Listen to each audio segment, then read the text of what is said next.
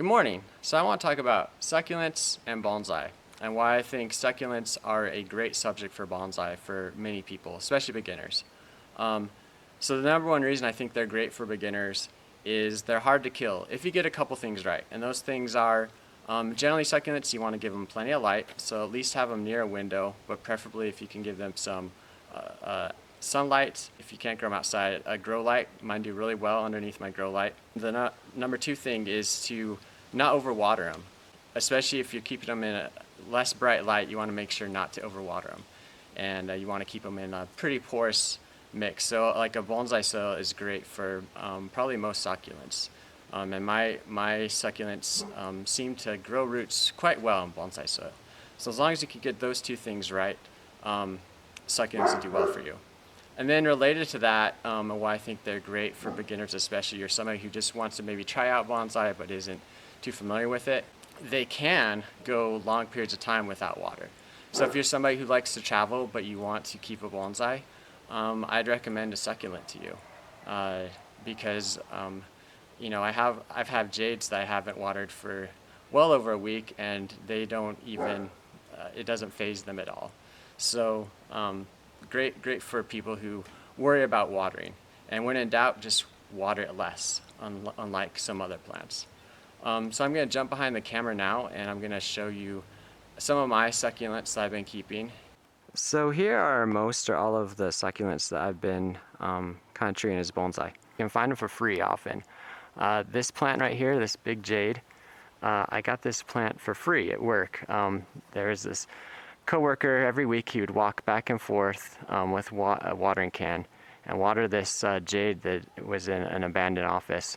And I thought it was his plant, and he enjoyed taking care of it. Well, one day I saw it tipped over in the office. It had gotten so top heavy that it just had overwhelmed the pot and tipped over, spilled soil everywhere.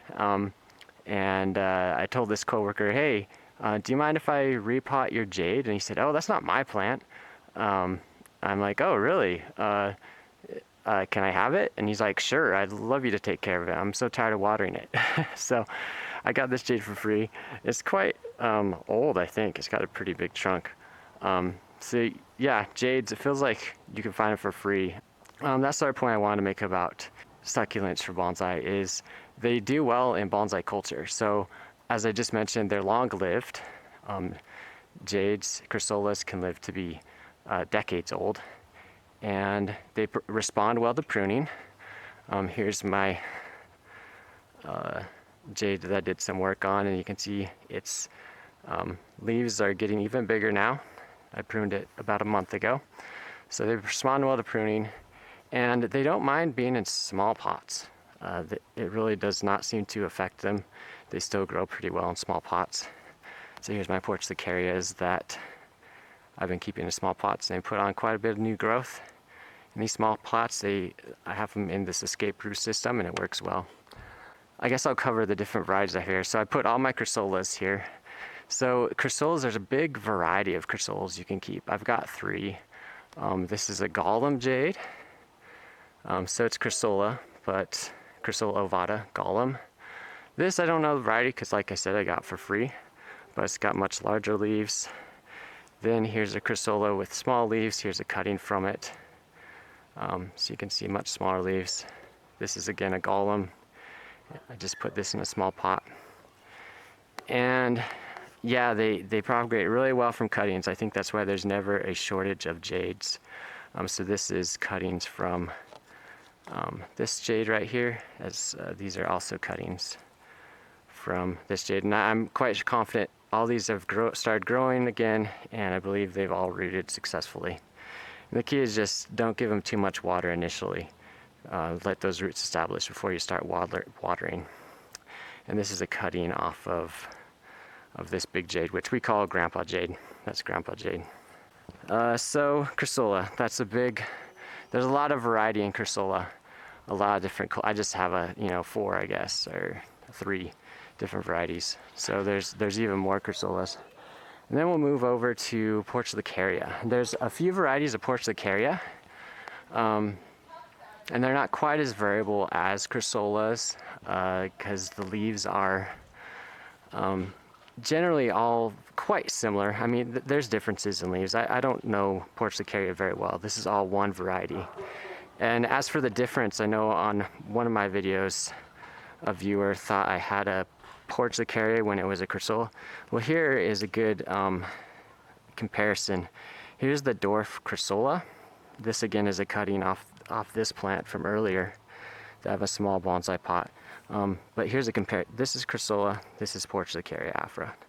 So when you see them in person and get to know it, it is a pretty obvious difference. But sometimes, yeah, pictures online can be deceiving, or sometimes I think I've seen them mislabeled because people use the term dwarf jade to describe Portulacaria. I don't really think of Portulacaria as a jade. I just think of it as a Portulacaria afra, or elephant bush, or speakboom.